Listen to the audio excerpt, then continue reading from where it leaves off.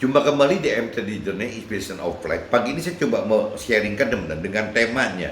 Kesepian akan dirasakan jika kita makin kenal dan makin mengerti serta melakukan firman-Nya. Tersisa roh Tuhan sebagai penghibur di dalam kita. Dari dasar kitab Yesaya pasal 45 ayat 1 sampai 17 dan kitab Yesaya pasal 45 ayat 18 sampai 25 teman-teman. Nah, ini saya coba bacakan langsung aja di firman-Nya teman-teman supaya bisa waktunya bisa tepat gitu.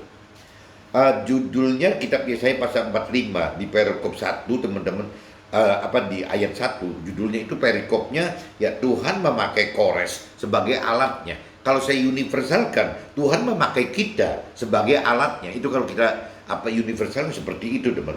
Beginilah firman Tuhan, inilah firmanku kepada orang yang kuurapi, kepada kita yang tangan kanannya kupegang, supaya aku menundukkan bangsa-bangsa di depannya dan melucuti raja-raja, supaya aku membuka pintu-pintu di depannya dan supaya pintu-pintu gerbang tidak tinggal tertutup. Itu jadi kita dipakai Tuhan untuk ini teman. Aku sendiri hendak berjalan di depanmu dan hendak meratakan gunung-gunung, hendak memecahkan pintu-pintu tembaga dan hendak mematahkan palang-palang besi. Jadi Tuhan yang akan bantu kita untuk menyingkirkan halangan itu menjadi rintangan, dan rintangan itu untuk dilewati teman-teman, dengan cara memecahkan pintu-pintu tembaga dan mematahkan palang-palang besi. Nah, ini tugasnya Tuhan menyertai kita itu yaitu teman, untuk melewati rintangan-rintangan yang ada gitu. Aku akan memberikan kepadamu harta benda yang terpendam dan harta kekayaan yang tersembunyi, ya, supaya engkau tahu bahwa akulah Tuhan Allah Israel yang memanggil engkau dengan namamu. Oleh karena hambaku Yakub dan Israel pilihanku, maka aku memanggil engkau dengan namamu, menggelari engkau sekalipun engkau tidak mengenal aku. Akulah Tuhan dan tidak ada yang lain, kecuali aku tidak ada Allah. Aku telah mempersenjatai engkau sekalipun engkau tidak mengenal aku, supaya orang tahu dari terbitnya matahari sampai terbenamnya bahwa tidak ada yang lain di luar aku. Akulah Tuhan dan tidak ada yang lain, yang menjadikan terang dan menciptakan gelap, yang menjadikan nasib mujur dan menciptakan nasib malang. Akulah Tuhan yang membuat semuanya itu. Nah, ini teman-teman kalau camkan di ayat 7-nya teman-teman, Yesaya pasal 45 ayat 7, ya, yang menjadikan terang dan menciptakan gelap, yang menjadikan nasib mujur, ya, dan menciptakan nasib malang. Jadi akhirnya Tuhan itu yang bisa menciptakan, bisa menciptakan mujur dan malang gitu. Nah, kalau kita benar-benar dekat dengan Tuhan, ya pasti Tuhan akan atur gitu ya. Kalau memang sepantasnya kita mendapatkan kemujuran, yang akan mendapat kemujuran. Tapi apabila kita dinilai oleh Tuhan untuk saat ini pantas mendapat kemalangan, ya mungkin juga akan diberi kemalangan gitu. Karena memang ini cerita mujur dan malang itu adalah di tangan Tuhan gitu. Yang memenang Tuhan. Nah, ini teman-teman camkan. Jadi kalau kita pas ngadepin kemujuran, berarti kita juga harus berterima kasih kepada Tuhan, bersyukur kepada Tuhan. Tapi sebaliknya kalau kita menghadapi kemalangan, itu juga satu berkat yang dari Tuhan, yang kita belum tahu kemalangan ini gunanya untuk apa saat ini teman-teman. Tapi yang jelas Tuhan yang membuat kemujuran dan kemalangan. Kalau dari sisi firman Tuhan seperti itu teman-teman. Hai langit, jadi bukan ibaratnya kalau kemujuran berarti Tuhan, kalau kemalangan berarti iblis. Tidak seperti itu teman-teman. Tuhan yang akan mengatur mujur dan malang gitu. Hai langit, teteskanlah keadilan dari atas, dan baiklah awan-awan mencurahkannya. Baiklah bumi membukakan diri dan bertunaskan keselamatan, dan baiklah ditumbuhkannya keadilan. Akulah Tuhan yang menciptakan semuanya itu.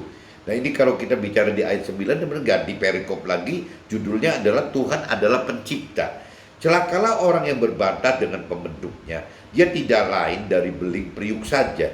Adakah tanda liat berkata kepada pembentuknya, apakah yang kau buat atau yang telah dibuatnya? Engkau tidak punya tangan. Celakalah orang yang berkata kepada ayahnya, apakah yang kau peranakan? Dan kepada ibunya, apa yang kau lahirkan itu? Ya, beginilah firman Tuhan yang Maha Kudus, Allah dan pembentuk Israel. Kamukah yang mengajukan pertanyaan kepadaku mengenai anak-anakku, atau memberi perintah kepadaku mengenai yang dibuat tanganku? Akulah yang menjadikan bumi dan yang menciptakan manusia di atasnya. Tangankulah yang membentangkan langit, dan akulah yang memberi perintah kepada seluruh tentaranya. Akulah yang menggerakkan kita untuk maksud penyelamatan. dan aku akan meratakan segala jalannya. Dialah yang akan membangun kotaku. Jadi kita ini yang akan membangun kota yang Tuhan akan bangun, teman-teman. Dan yang akan melepaskan orang-orangku yang ada dalam pembuangan tanpa bayaran dan tanpa suap, firman Tuhan semesta alam itu. Beginilah firman Tuhan. Hasil tanah dari Mesir dan segala laba dari Ethiopia dan orang-orang Sheba, orang-orang yang tinggi perawakannya akan pindah kepadamu dan menjadi kepunyaanmu. Mereka akan berjalan di belakangmu dengan dirantai. Mereka akan sujud kepadamu dan akan memujuk engkau, katanya. Hanya di tengah-tengahmu ada Allah dan tidak ada yang lain. Di samping dia tidak ada Allah gitu. Sungguh engkau Allah yang menyembunyikan diri, Allah Israel, juru selamat. Tetapi tukang-tukang berhala harus mundur dengan penuh noda. Semuanya akan mendapat malu dan kena noda juga. Sedangkan Israel diselamatkan oleh Tuhan dengan keselamatan yang selama-lamanya. Kamu tidak akan mendapat malu dan tidak akan kena noda sampai selama-lamanya, dan seterusnya. Teman-teman, kalau teman-teman asal tahu aja, kalau di kitab Nasrani, teman-teman, kalau kita bicara di sini firman katakan menyebut-nyebut nama Israel, itu bukan Israel yang seperti negara sekarang, teman-teman. Jadi kita bicaranya kalau dari sisi rohani, maksudnya ya kita ini ada gen gitu, karena waktu itu kan benar-benar Tuhan itu kan memberkati kan bangsa-bangsa Israel gitu. Jadi kita bicara Israel itu secara rohani, teman, bukan Israel secara manusianya gitu. Jadi Israel ini dalam arti kata rohani. Nah, kita punya hak itu, teman, untuk bisa mendapatkan berkat-berkat yang Tuhan berikan kepada bangsa Israel itu. Makanya sering-sering kadang-kadang sedangkan Israel diselamatkan oleh Tuhan. Nah, ini sering bawa nama Israel, jangan teman-teman asumsikan dengan Israel yang negara sekarang itu. Bukan, teman. Kalau cerita rohani ini kan sudah cerita 1500 tahun sebelum Masehi kan ya, teman. Jadi udah lama sekali gitu. Jadi mesti diluruskan, cerita di kitab suci ini adalah cerita dari 1500 tahun yang lalu, Masehi, teman. Berarti 3500 tahun yang lalu, teman-teman, ceritanya. Jadi kita itu ya Israel secara rohani, maksudnya gitu. Bukan Israel secara fisiknya bangsa Israel yang sekarang gitu, teman-teman. Sebab beginilah firman Tuhan yang menciptakan langit. Dialah Allah yang membentuk bumi dan menjadikannya, dan yang menegakkannya. Dan ia menciptakannya bukan supaya kosong, tetapi ia membentuknya untuk didiami. Akulah Tuhan dan tidak ada yang lain. Tidak pernah aku berkata dengan sembunyi atau di tempat bumi yang gelap. Tidak pernah aku menyuruh keturunan Yakub untuk mencari aku dengan sia-sia. Aku Tuhan selalu berkata benar, selalu memberitakan apa yang lurus.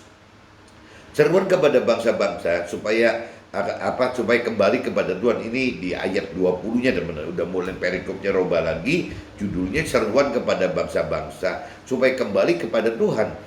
Berhimpunlah dan datanglah, tampillah bersama-sama hai kamu sekalian yang terluput di antara bangsa-bangsa. Tiada berpengetahuan orang-orang yang mengarak patung dari kayu dan yang berdoa kepada Allah yang tidak dapat menyelamatkan.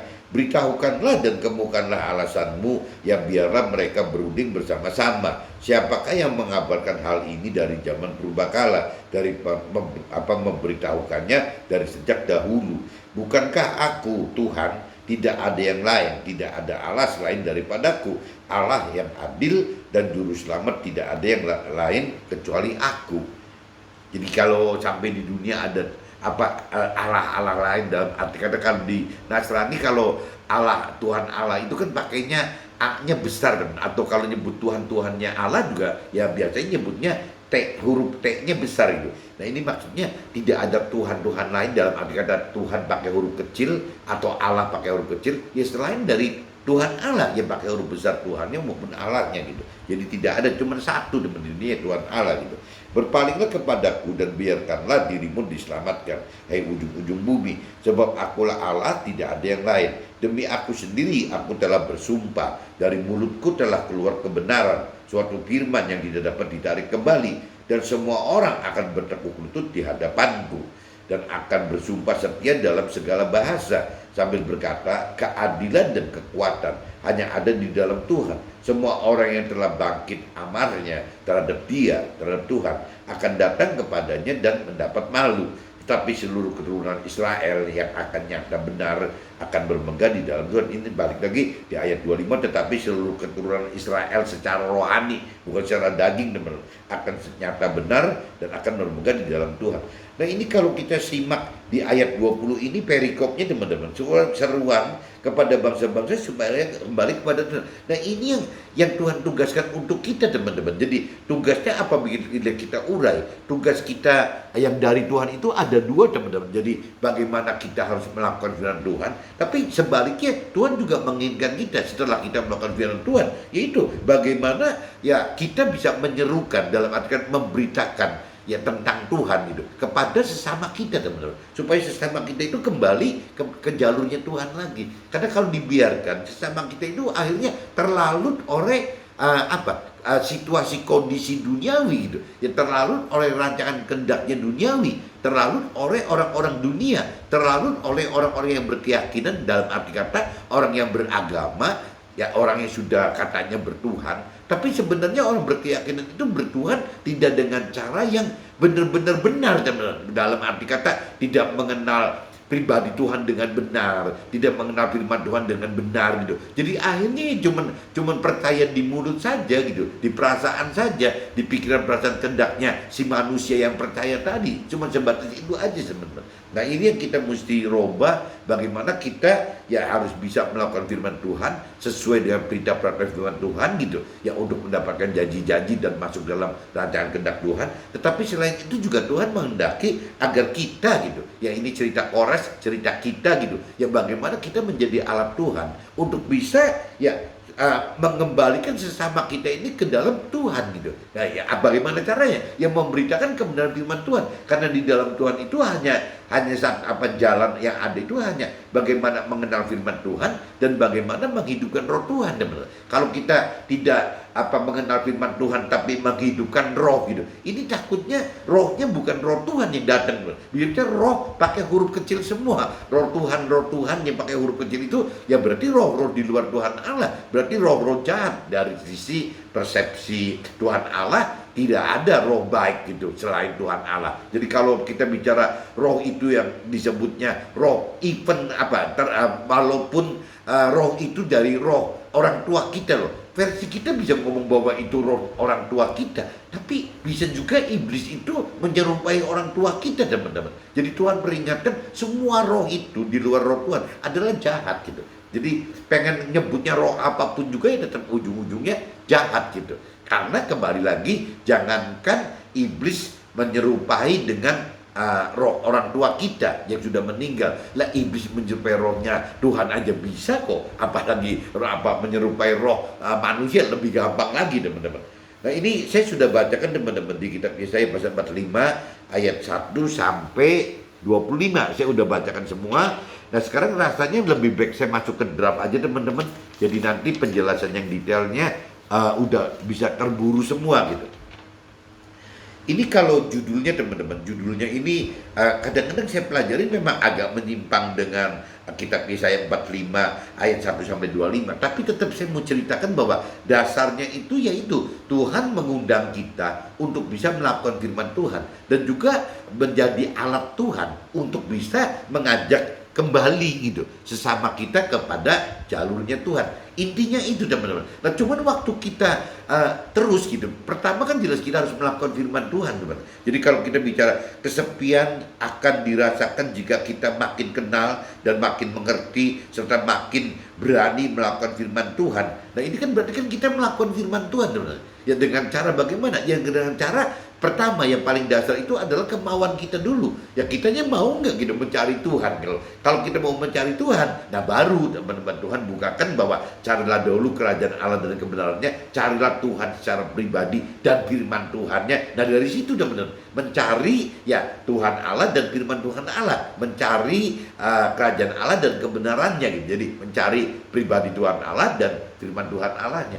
Nah waktu kita mencari itu, teman-teman, kalau tidak dibekali dengan pengenalan akan Tuhan gitu secara pribadi, akan firman Tuhan secara pribadi, lah bagaimana, teman-teman? Bagaimana kita bisa mengenal Tuhan dan firman Tuhan gitu? Ya berarti kan selain kemauan, kita juga harus mau kenal gitu, teman. Mau kenal. Nah kalau mau kenal, dia harus membaca kitab suci, yang mesti membaca firman-firmannya, mesti mendengarkan sharing, mesti mendengarkan khotbah-khotbah, harus mendengar ikuti pendalaman kitab suci gitu. Ya semua cara harus dilakukan benar untuk mengenal ya pribadi Tuhan Allah dan Tuhan Allahnya.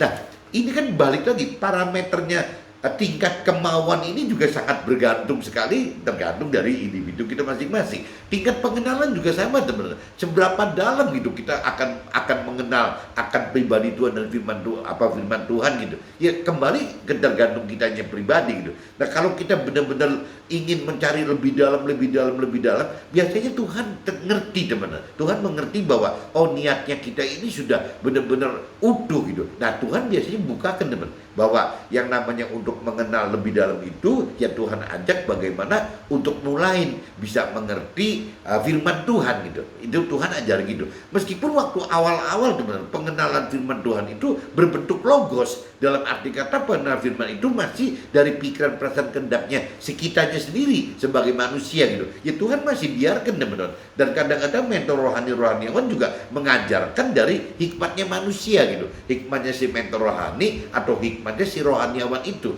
ketemu dengan hikmatnya kita. Kenapa harus melalui jalur hikmatnya mulai dari manusia dulu? Karena kalau tidak dimulai dari kita hikmat manusia, nanti Tuhan susah teman mengajak masuk lebih dalam lagi ke level lebih mampu mengerti firman Tuhan itu ya dengan hikmat yang dari Tuhan gitu. Bagaimana kita mengartikan firman Tuhan bukan dari hikmat manusia, bukan dari hikmat kita sendiri atau mentor rohani atau rohaniawan, tapi sekarang berubah gitu. Bagaimana mampu mengerti firman Tuhan dari hikmatnya Tuhan, teman-teman. Dari hikmat Tuhan berarti dari pikiran, perasaan dan kehendak Tuhan.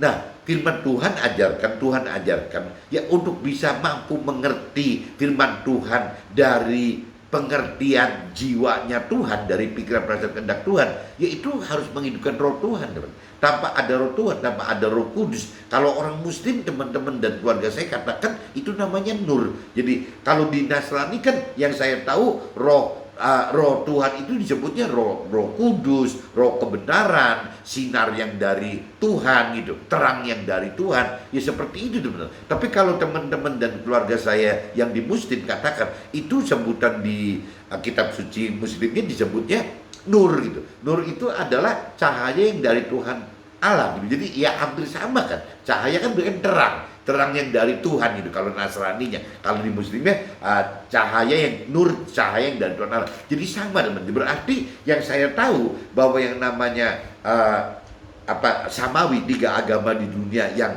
mengacu langsung kepada Tuhan Allah, tidak ada yang lain, tidak ada perantara yang lain gitu. Itu harus kepada Tuhan langsung. Itu ya cuma 3 teman-teman. Yahudi yang paling tuanya, yang tadi saya katakan katanya umurnya sudah 1500 tahun sebelum Masehi, berarti kan 3500 tahun teman-teman. Nah baru disusul agama Nasrani, dan terus disusul yang paling muda itu ya agama Muslim gitu. Nah tapi kalau agama yang lain saya kurang mengikuti. Cuman dari 3 agama ini kan seolah direct ya ke Tuhan gitu, seolah gitu. Tidak ada perantara selain langsung Tuhan. Kalau seperti Buddha kan ada Siddhartha Gautamanya si ini gitu. Jadi ya ini seolah nabi-nabi itu yang menuntun kita langsung kepada Tuhan gitu. Kalau kitab Siddhartha Gautama kan yang bikin kitabnya kan Siddhartanya gitu. Nabi Konghucu yang bikin kitab kan Nabi Konghucu. Jadi beda teman-teman. Nah, kalau kita sudah bicara melakukan firman Tuhan, waktu kita mampu mengerti firman Tuhan, ya berarti kita sudah benar-benar sudah melakukan dengan pikiran perasaan kehendak Tuhan. Nah, firman yang dilakukan dengan pikiran perasaan kehendak Tuhan itu sudah bukan jadi logos lagi teman-teman, bukan secara teoritis atau hukum saja, tapi sudah berubah menjadi rema. Rema adalah firman Tuhan yang didorong dari pikiran perasaan kehendak Tuhan melalui kita. Nah, itu namanya rema. Nah, waktu firman kita menjadi rema itu hidup sekali. Firman tidak menjadi hukum, tidak menjadi teori, tapi menjadi multi tafsir, jadi banyak sekali, jadi dinamis sekali teman. Dan tidak pernah akan berakhir gitu. Ya pengertian firmannya itu tidak pernah ada satu titik ketemu gitu, nggak bisa. Jadi banyak sekali pengertian firmannya gitu. Jadi luas sekali. Nah, waktu kita makin mengenal, makin mengerti, kita juga harus mampu melakukannya teman-teman. Waktu melakukannya firman Tuhan katakan, tanpa menghidupkan roh Tuhan juga kita tidak akan mampu teman-teman. Ya kita tidak akan mampu. Nah kenapa kita tidak akan mampu? Nah ini kembali yang saya rasakan teman-teman. Ya kita itu kadang-kadang kalau sudah melakukan firman Tuhan gitu, ya akan apa ya? Semakin kita mendalami pengenalan firman Tuhan, semakin kita mampu mengerti firman Tuhan, semakin kita berani melakukan firman Tuhan. Kok ujung-ujungnya kita merasa lonely teman-teman, merasa sepi. Kok kita ini jadi berasa beda sendiri teman-teman. Kok nggak seperti orang-orang lain gitu. Kok kita merasa seolah jadi kayak sepi. Ya kok kita jadi merasa seperti apa yang saya rasakan teman-teman. Jadi waktu saya belum mendalami, belum mampu mengerti lebih gitu, ya belum berani melakukan firman Tuhan secara lebih, ya saya masih abu-abu teman-teman antara sebagai orang duniawi dan rohani. Tapi setelah 20 tahun berjalan, kalau kita tidak bohong gitu terhadap diri kita sendiri, kita tahu akan firman Tuhan lebih dalam, mengenal firman Tuhan lebih dalam, mampu mengerti firman Tuhan lebih lagi gitu, dan kita berani mencoba melakukan firman. Ini benar-benar kita itu tersudut teman-teman, menjadi sepi itu ya karena temannya mulai berkurang teman-teman. Teman-teman kita itu makin berkurang gitu. Yang baik keluarga kita, yang baik dari mulai keluarga kita sendiri, ke keluarga kecil, ke keluarga besar, ke komunitas misalnya, ke masyarakat, kita itu makin nggak punya teman teman-teman. Ya kita makin lama makin dianggap aneh gitu. Ini orang kok aneh ya gini. Ini orang kok bodoh sekali gitu. Itu memang seperti itu teman. Firman Tuhan itu seperti itu gitu. Bahkan kita jadi lama-lama jadi merasa terkucil teman-teman, terkucil dari siapa-siapa gitu. Nah akhirnya ya kembali lagi apa ya? Nanti yang terakhir ini semakin dalam.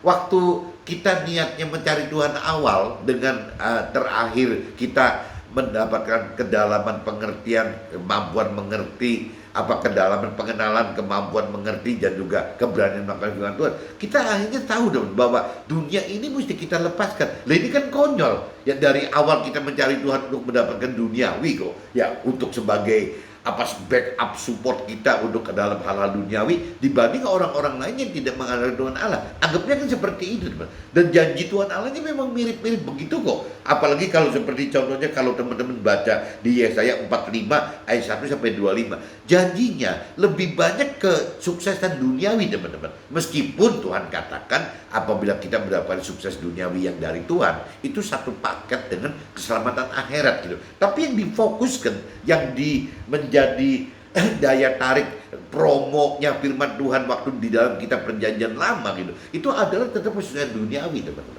Beda sekali dengan kalau kita sudah masuk ke dalam kitab perjanjian baru. Dan kalau kitab perjanjian baru, itu yang namanya hal-hal duniawi itu seolah malah diabaikan teman-teman. Tidak diperlukan oleh kita gitu. Yang kita butuhkan adalah keselamatan akhirat, bukan kesuksesan duniawi. Dan terus buat apa gitu? Ya kalau kita mendapatkan kesuksesan duniawi, ya syaratnya gitu. Ya apabila kita mencari Tuhan dan firman Tuhan dulu, kita melakukan firman Tuhan dulu, ya Tuhan nanti akan bujurkan pada akhirnya ya hal-hal duniawi teman-teman. Jadi yang pertama yang Tuhan ajar kita itu kan hal-hal rohani, bagaimana mencari Tuhan dan firman Tuhannya. Tapi janji yang Tuhan katakan di Matius 6 ayat 33, itu kan Tuhan juga tetap akan penuhin janji Tuhan masalah duniawinya, Tuhan tambahkan gitu, tambahkan hal duniawi. Nah, cuman waktu kita sudah lebih mengerti akan firman Tuhan, kita sudah lebih mengerti bahwa firman Tuhan itu tidak mengendaki kita menggenggam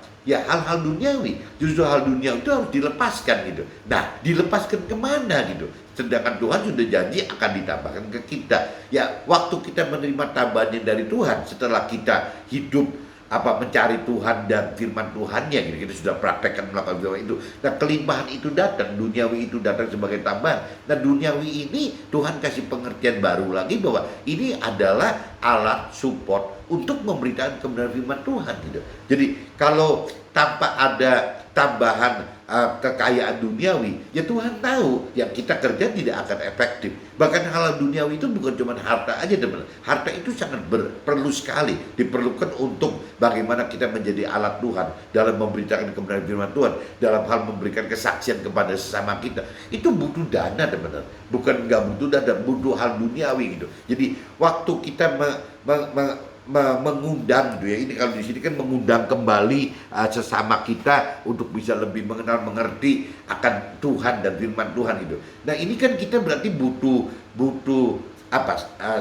prasarana sarana untuk mengundang itu teman, mengundang sesama itu gitu. Nah, ini kan jelas butuh uang teman. Yang saya pernah ceritakan ada satu komunitas namanya apa sih komunitas pengusaha teman-teman. Jadi saya juga kan sebagai pengusaha juga kadang-kadang jadi kepikir begitu. Saya juga kalau Tuhan kasih satu saat saya mau bikin mengumpulkan pengusaha-pengusaha, lepas pengusaha itu pengen pengusaha kecil atau menengah atau gede gitu. Saya nggak terlalu pedulikan apa wujud si pengusahanya, yang penting pengusaha gitu, supaya pola pikirnya hampir sama. Bahkan pengusaha pun rasanya kalau digabung dengan orang karir juga masih mungkin teman, karena pola pikirnya sama. Bahkan digabung dengan buruh ya sama aja gitu. Jadi memang orang-orang yang terjun di dunia sekuler di marketplace itu gitu. Nah, ini saya punya tergerak gitu, kalau Tuhan kasih saya pengen bikin seperti semacam activity bagaimana mengumpulkan pengusaha di mana pengusaha itu bawa keluarganya dan juga boleh bawa kerabatnya pengusaha tersebut. Ya, saya keliling di setiap kota teman-teman, bukan cuma bikin vlog seperti ini yang melalui media sosial gitu. Ya, ini nggak apa-apa, ini kita lanjutkan. Tapi kan di sisa-sisa waktu setelah nge-vlog itu kan saya bisa atur waktu. Ya, apakah itu entah sarapan gitu kan, entah waktu itu lunch gitu, makan siang, atau diner gitu, dining misalnya makan sore malamnya gitu. Kita bisa selipkan teman bahwa kita undang sesama kita. Ya bisa, kalau seperti Full Gospel yang saya pernah ikuti komunitas namanya Full Gospel, komunitasnya komunitas pengusaha ini gitu. Ya, dia bikin seperti komunitas begitu, dan bahkan mungkin internasional. Kalau Full Gospel ini internasional gitu. Dan kalau saya pikir saya nggak usah bikin seperti itu, saya panggil pribadi aja kalau Tuhan memang cukupi saya gitu.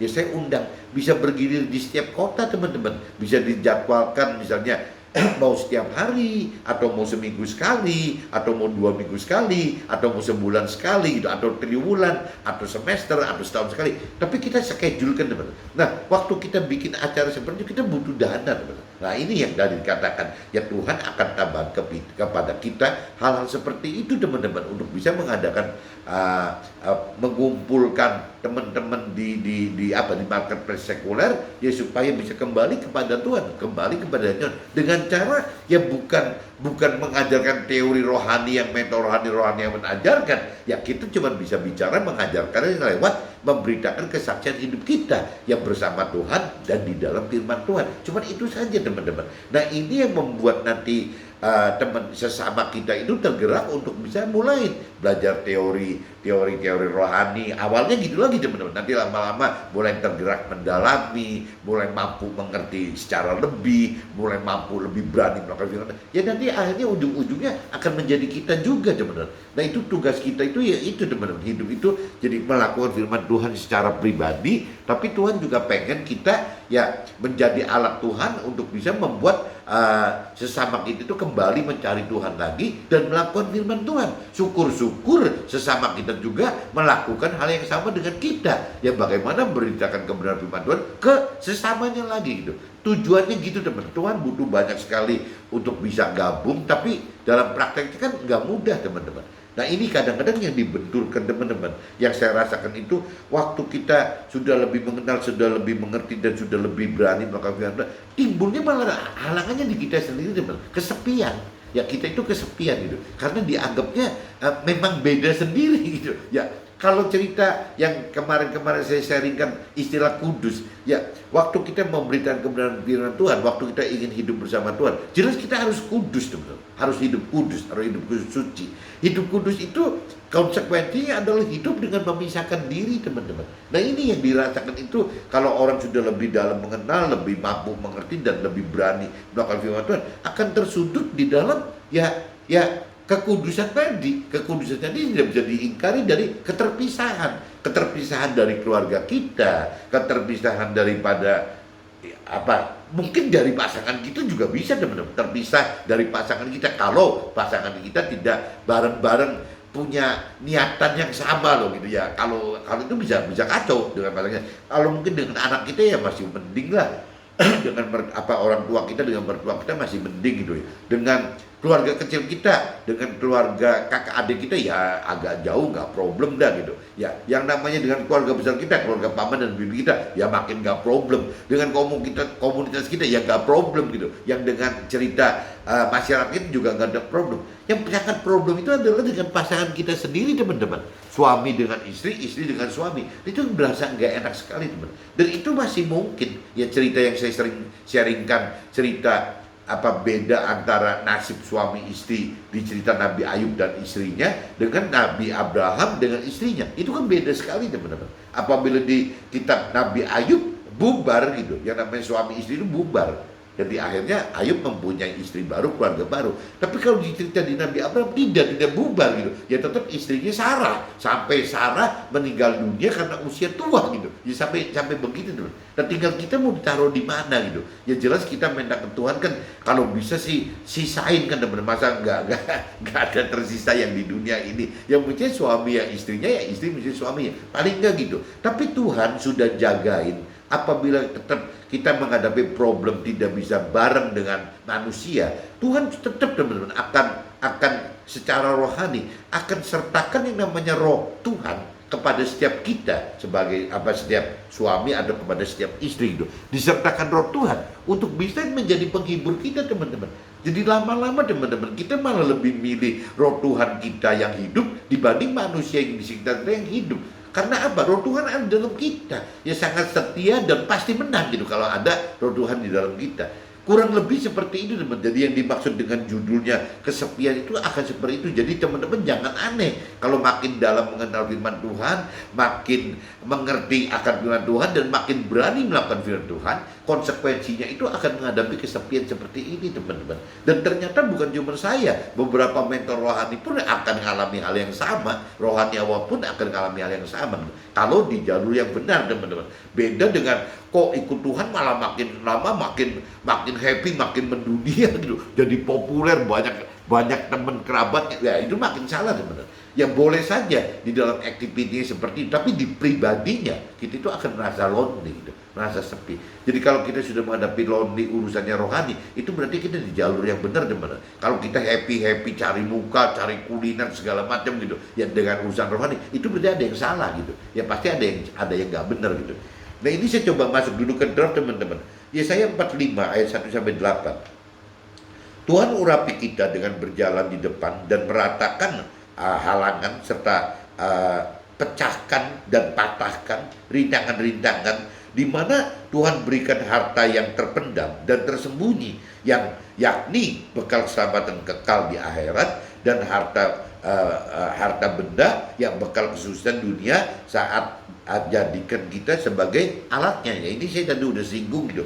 Kalau kita bicara di kitab Yesaya 45 tersebut gitu, dari ayat 1-25, kadang-kadang terbalik, teman-teman. Jadi yang target utama itu adalah bagaimana mencapai target sukses duniawi, di mana target sukses duniawi itu akan membawa kita ke dalam keselamatan akhirat. Tapi kalau di kitab perjanjian baru terbalik, teman-teman. Ya karena dari kitab perjanjian lama banyak sekali kalau polanya seperti itu, suksesan duniawi di depan, keselamatan akhirat di belakang. Banyak tokoh yang terjebak, teman-teman. Jadi mendapatkan sukses duniawi tapi tidak mendapatkan keselamatan akhirat. Contohnya banyak, teman-teman. Contohnya misalnya Raja Salomo. Ya begitu hebatnya sukses duniawinya, tapi ujung-ujungnya ya, bisa mulai kehilangan Tuhan karena istrinya banyak sekali gitu, sedangkan istrinya tidak semua ikut cara Tuhan gitu. Nah akhirnya Salomo jadi bisa gagal gitu. Secara duniawinya sukses sekali, tapi secara rohani bisa gagal. Nah makanya waktu masuk ke dalam kitab perjanjian baru zamannya Nabi Isa tidak mau.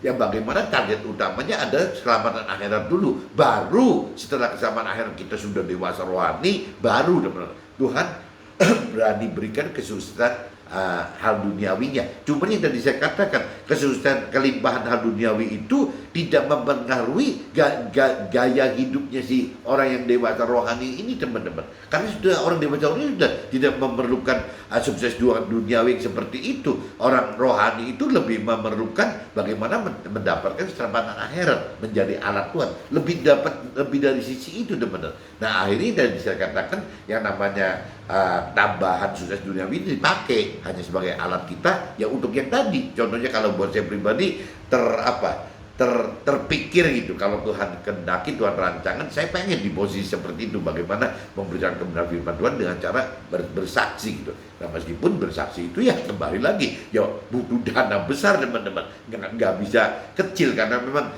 kalau full gospel yang sudah saya pernah hadiri gitu dalam acaranya, ya itu pasti diundang makan, nggak usah bayar kok teman-teman. Ya demi bagaimana memberikan kebenaran firman Tuhan ini, kita mesti siapin dana segitu besar teman. Ya apalagi kalau kita pengen rutin dan misalnya dikembangkan seluruh penjuru bumi, ya makin besar lagi gitu. Mana Indonesia aja juga udah gedenya nggak kira-kira gitu. Kalau saya mulai start dari Cirebon, Karisinan Cirebonnya aja udah banyak teman-teman. Belum bicara Provinsi Jawa Barat, belum bicara Pulau Jawa, belum bicara ya nasional, dan belum bicara dunia. Ya butuh banyak sekali teman-teman. Nah makanya kalau kita bisa ya kita harus sukses duniawinya juga, meskipun ya kita pengertiannya harus dewasa rohani bahwa sasaran tembak hidup kita itu adalah yang keselamatan akhirat, bukan sukses duniawi gitu. Jadi saya ayat 45, pasal 45 ayat 9 sampai 13. Celakalah orang yang berbantah dengan rancangan dan kehendak Tuhan, karena Tuhan adalah pencipta bumi dan langit serta semua makhluk termasuk manusia. Tuhanlah yang beri perintah dan peraturan dalam firman-Nya. Tuhan akan gerakan kita untuk selamatkan sesama dengan memberitakan kebenaran firman-Nya. Nah ini kembali lagi yaitu teman-teman, celakalah orang yang ya tidak berbantah-bantah dengan Tuhan, yang ngapain misalnya harus berbalik dan bertobat segala macam. Ya ini nanti akan menyesal sendiri dan akan malu gitu. Jadi ya kita harusnya sudah aja kita ikutin apa sih Tuhan akan gerakan kita untuk selamatkan sesama dengan memberitakan kebenaran firman-Nya. Jadi bukan cuma melakukan firman Tuhan aja, tapi kita akan digerakkan Tuhan untuk memberikan kebenaran firman Tuhan pada sesama kita. Yesaya 45 ayat 14 sampai 17. Tuhan terkesan sembunyikan diri. Tuhan terkesan sembunyikan diri. Terkesan teman-teman. Padahal Tuhan tidak menyembunyikan diri gitu. Yang mana Tuhan akan membuat seteru kita sujud dan mengakui ada Tuhan di tengah-tengah kita. Tuhan akan selamatkan yang kekal, dan kita tidak akan mendapat malu serta tidak akan terkena noda sampai selama-lamanya dan seterusnya. Jadi kalau kita melakukan firman Tuhan teman-teman, itu rasanya kita tidak pernah akan ada di posisi yang salah jalan gitu. Tapi kalau kita tidak melakukan hidup sesuai firman Tuhan, kadang-kadang ya kita anggap bahwa hidup kita ini benar gitu, saat ini benar nih, tapi tahu-tahu berapa tahun lagi salah gitu. Jadi banyak sekali firman Tuhan katakan apabila tidak hidup dengan dasar firman Tuhan, ya ada jalannya disangka lurus, tapi benarnya itu jurang gitu, maut gitu teman. Jadi ini yang mesti dihati-hati, bahwa kalau kita pengen hidup sekaligus benar gitu sampai meninggal dunia, sampai masuk ke dalam akhirat, ya kita harus menjadi pelaku firman. Itu yang tidak bakal mendapat malu gitu kalau firman katakan, dan tidak akan ternoda selama-lamanya, maksudnya selama dan seterusnya itu ya baik di dunia ini maupun di akhirat nanti teman-teman. Yesaya 45 ayat 18 sampai 19. Tuhan ciptakan langit dan membentuk bumi untuk didiami. Tuhan berkata, tidak pernah menyuruh kita mencari Tuhan dengan sia-sia, dan Tuhan selalu berkata benar, selalu memberitakan apa yang lurus. Nah ini firman Tuhan itu dalam nyatanya teman-teman, firman Tuhan itu nggak pernah bisa goyang satupun teman-teman. Tidak ada satu iota pun, satu titik pun yang hilang dari firman Tuhan gitu. Jadi banyak juga orang yang salah pengertian teman-teman. Anggapnya kita perjanjian lama ya kita perjanjian lama, kita perjanjian baru ya kita perjanjian baru gitu. Ini kalau di Nasrani, buat teman-teman dan keluarga yang bukan Nasrani, ini asal tahu aja bahwa kitab suci dalam Nasrani itu terbagi menjadi dua teman-teman. Kita perjanjian lama dan kita perjanjian baru gitu. Nah kalau kita perjanjian lama, itu hidup kita ini cuman apa sih, dasarnya tidak ada tuntunan firman yang detail gitu. Jadi dasarnya kita perjanjian lama itu cuman dari dasar 10 perintah Tuhan Allah gitu ya di kitab Taurat, plus mungkin jangan kitab nabi-nabi yang masih tercecer belum bersatu teman-teman. Nah beda dengan waktu kita masuk ke dalam kitab perjanjian baru. Waktu kita perjanjian baru itu Nabi Isa kan yang memulai gitu. Itu natanya benar-benar jelas gitu, bahwa firman-firman firmannya, kitab sucinya, ya pasalnya, kitabnya, pasalnya, ayatnya itu jelas semua teman-teman. Itu kalau cerita di perjanjian baru.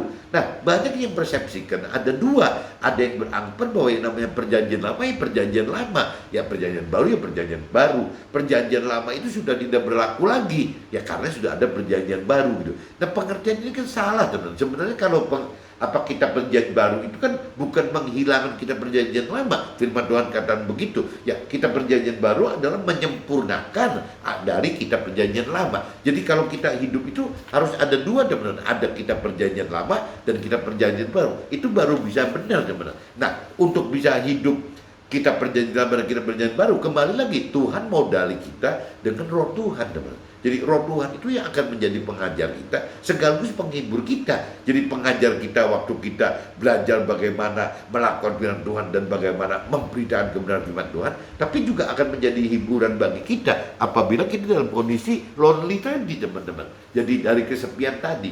Jadi roh Tuhan itu benar-benar dalam hidupnya kita, orang-orang yang kita perjanjian baru gitu. Ya, memang harus dihidupkan teman-teman.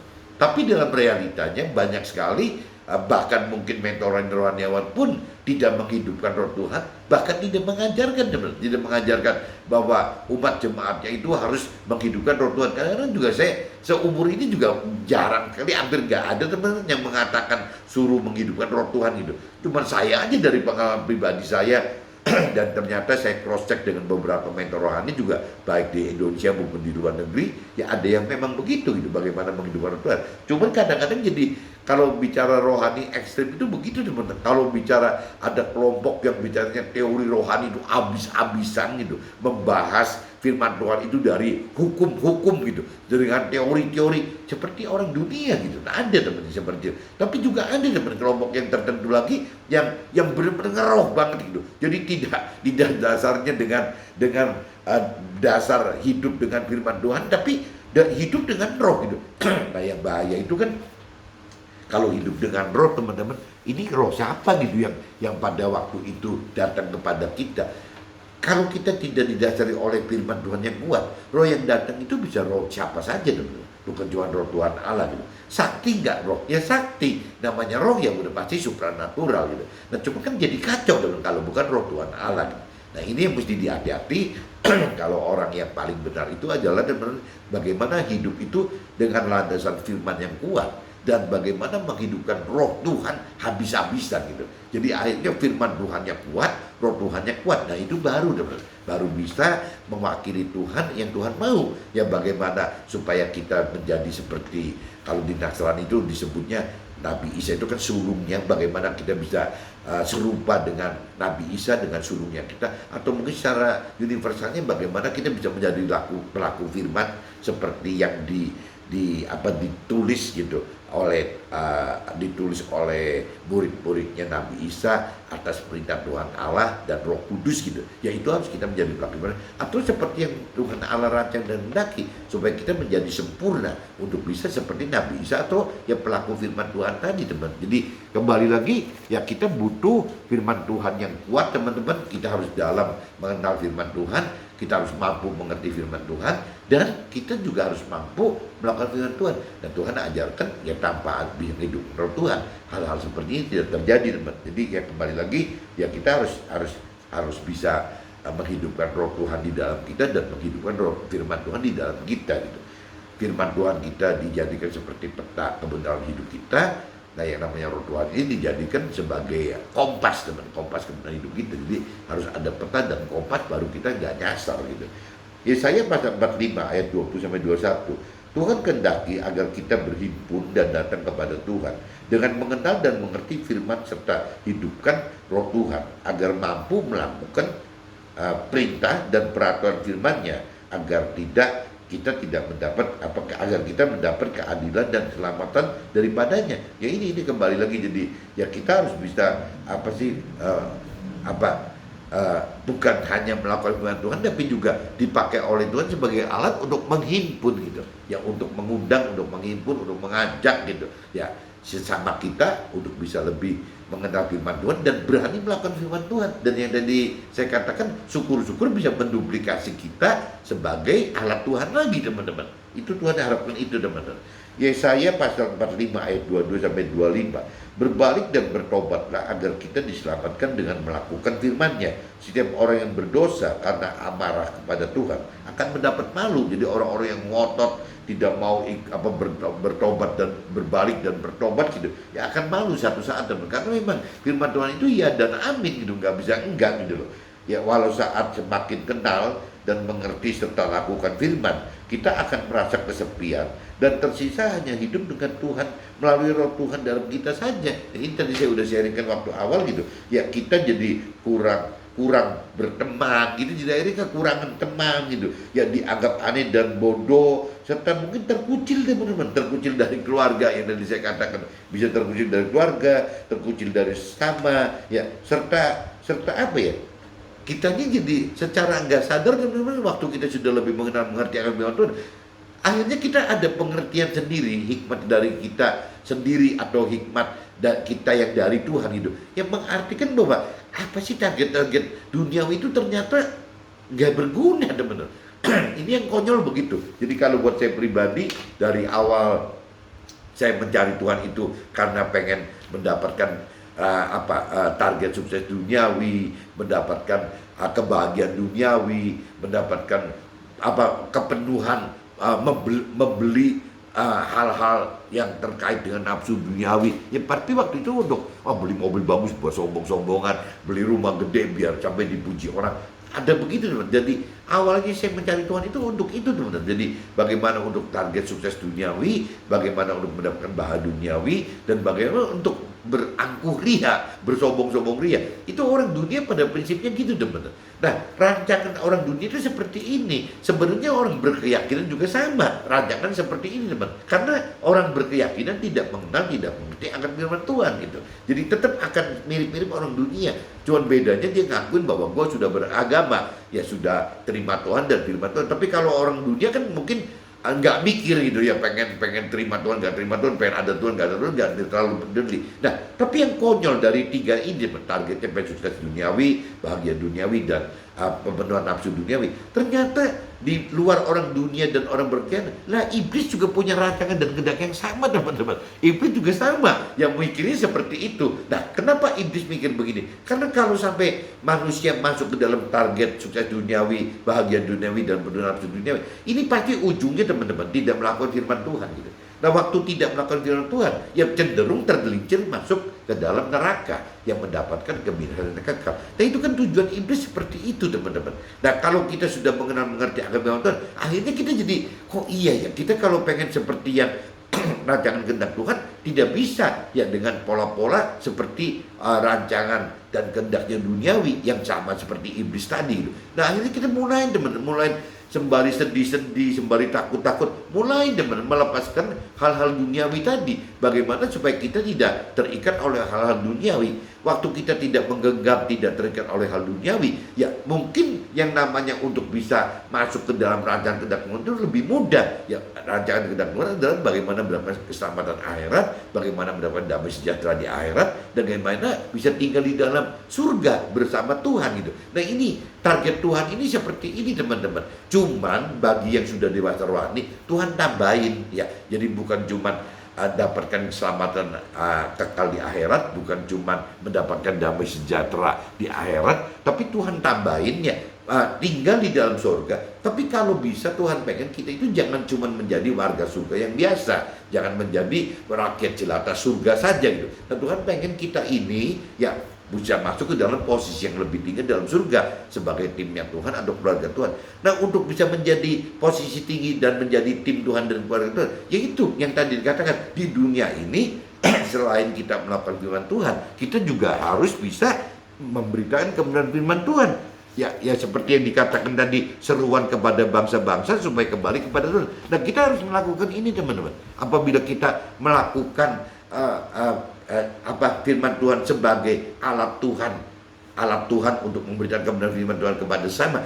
Nah, itu yang Tuhan inginkan, itu kita mendapatkan posisi yang lebih tinggi sebagai timnya Tuhan, sebagai keluarganya Tuhan, ya di posisi yang jauh lebih tinggi dibanding teman-teman kita yang hanya melakukan firman Tuhan. Ini, teman-teman, jadi Pagi ini saya coba carikan begini, tapi intinya tadi teman-teman, semakin kita makin dalam mengenal, mengerti setelah konfirmasi, jangan aneh apabila kita sampai mengalami kesepian. Ya itu karena apa? Karena memang apa? Kepekaan kita terhadap rohani, kepekaan kita terhadap Tuhan, itu terhadap firman Tuhan, itu memang itu bukti-bukti begitu. Karena kita jadi akhirnya merasa sepi sendiri, karena kalau pola pikir kita hanya di dunia saja, teman. Oke teman-teman, see you, bye-bye.